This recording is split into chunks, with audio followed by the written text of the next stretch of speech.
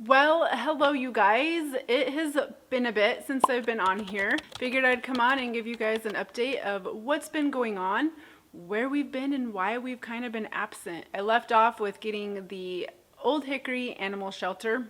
So happy I ended up getting that. It's been fantastic. I got it a week before I had anticipated my first two does going into labor, and so Adam was super fantastic and he got right to work on it, getting me a couple of stalls built for in there for places for the ladies to birth, as well as he got it all wired up for electrical. So I have lights in there, I have plugins for heat lamps. In fact, he did a thermostat in there so that it'll shut off in the middle of the day when the temperatures get as hot as I set it. He did a really good job on it. But then no babies came. Avery and I were out there almost every day checking udders and checking goats, and they gave no sign that they were going to be giving birth by the end of that week. Fire Lily was on my list to kid today, and you can see that she is not even thinking about it. Same with Pebbles right here. She hasn't dropped nothing. She's still pretty high, and really no udder development. After the first two does, Pebbles and Fire Lily's delivery dates passed by, I assumed that they short cycled, which they did. We are out here in the goat barn today because Pebbles is starting in on some labor. They ended up delivering at the end of the next week, and so did everybody else. It was a mess. I ended up literally having 5 goats give birth in 6 days. It was crazy. I am so thankful we ended up getting that shed and that we ended up getting it set up, because it just made kidding season that much easier this year. Kidding season didn't go as smoothly as I had hoped. I had 4 first fresheners. They'd never given birth before. They didn't even know what was happening to them. Pebbles was one of those. Her birth was fantastic. 2 days later, one of Pebbles' babies did end up passing away.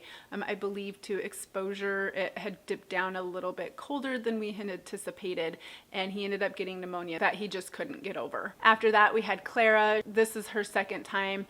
Hers was going well and then ended up with some issues. Okay, she had 3 cute little baby goaties. Yes, she did. That was a little bit of a crazy birth, and I'm glad that I called my friend over to help assist with it. And then Cookie Dough was after her, and I did have to assist her with one of the kids. Hurry, he can't breathe. It.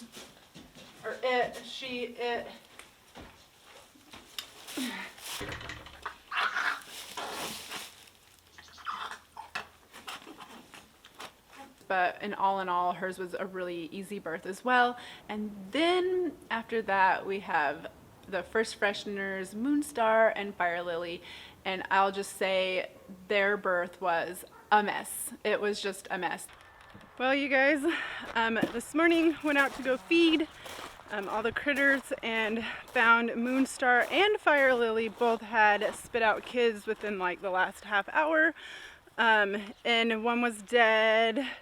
It was kind of a mess. They both ended up kidding at the same time and in the same place. There was some confusion with Fire Lily on what had even happened to her and what were these things that were coming out of her. She wanted nothing to do with her babies. I'm pretty certain this black one and this black one are Moonstars.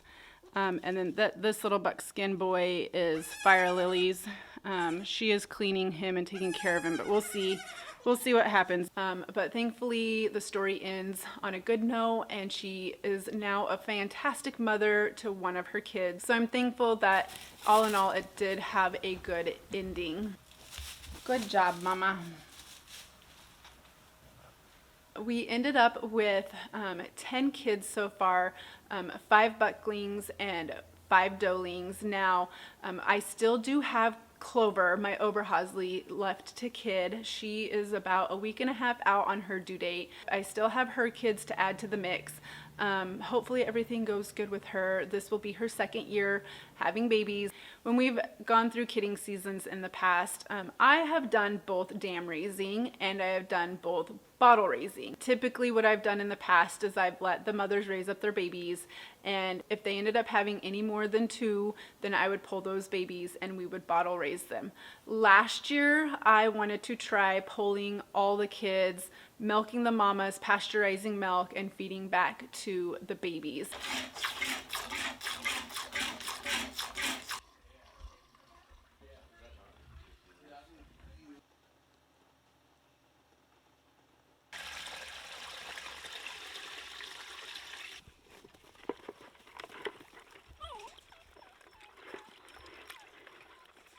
It was a good program, but it was a lot of work. And I think with that and having a baby of my own last year, I just did not want to be tied down like I was last year with milking and bottle feeding. So this year I decided to completely dam raise all the babies. So far the moms have kept up on production and have done really well with feeding their kids. Now, one great thing with dam raising is that I do have the option of milk sharing with the moms.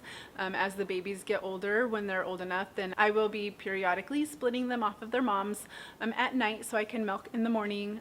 I don't foresee myself doing that every day at first, but as time goes on and the moms start weaning down the babies, then that will probably become a daily occurrence. One of the other reasons why I don't want to be tied down to milking is my kids. We homeschool, and even though we're here all the time and we have the ability to milk every day, I want the flexibility and the freedom to go do what we want when we want. We didn't really do a whole lot last year, as in going places. So I wanted it to have that flexibility and not be tied down, but still being able to milk when I need. So I think it's a win-win situation for us this year. We'll give it a try and see how it goes. But so far, everybody's been doing great. The mamas have been doing great. The babies have been doing great. Avery and Aaliyah are over the moon, happy and excited to have baby goats to cuddle, especially Avery. Like, she was literally out every day checking udders and checking ligaments and reporting back to me how the moms were doing. Now, of course, you might be wondering what's been going on with the baby calf. He is doing fantastic. One of the last videos I had talked about needing to get him banded. They are ready to be kicked out of this little nursery area and out into the field with the other cows, but I just got to get him banded. Adam didn't want anything to do with banding him. Something about taking his manhood, and he didn't want to be a part of that whole deal. So my friend was really kind, and she came over and helped me. Is it hot? Mm-hmm. It will when it comes off. Getting bit By the goats. I know them babies are naughty. I'm keeping it from crap from him kicking. I will kick.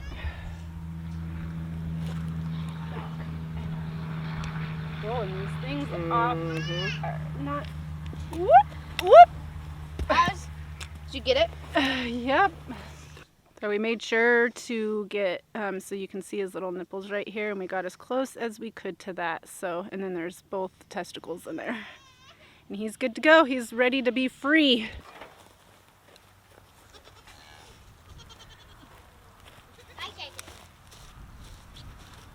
Go, go, go, little guy. And just like that, we're done. So they're out in the field now, and he ended up befriending our little blonde calf, Hazel. They hang out quite a bit. Something that I have been completely slacking on is getting my seeds started in the greenhouse. I do not have any seeds started.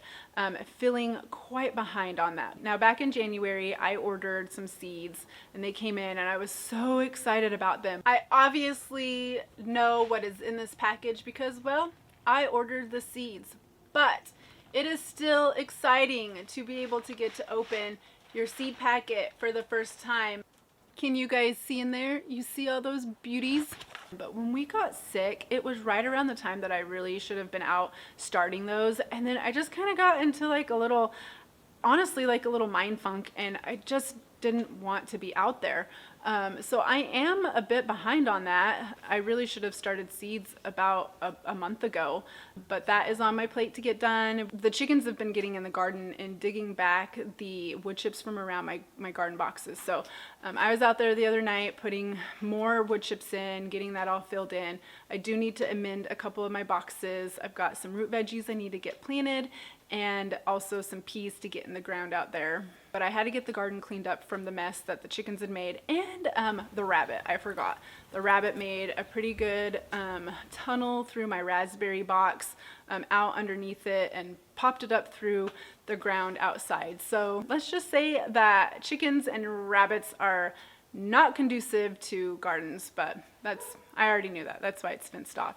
If you've been feeling like you've been missing out on what's been going on around here, I do have an Instagram account, and I do post to my stories quite frequently on there. So the last couple of weeks when I wasn't uploading to YouTube, I was still updating and doing stuff on Instagram. So go check out my Instagram account so you have up-to-date information on what's going on around here. I've been posting pictures of the baby goats. They are absolutely adorable. So that's another way to keep informed versus just here on YouTube. Well, I hope you enjoyed today's video. I'll be working on those birth videos and getting them out to you guys soon. But until then, check out these videos right here of us redoing the goat pen and getting the new goat barn delivered and set up.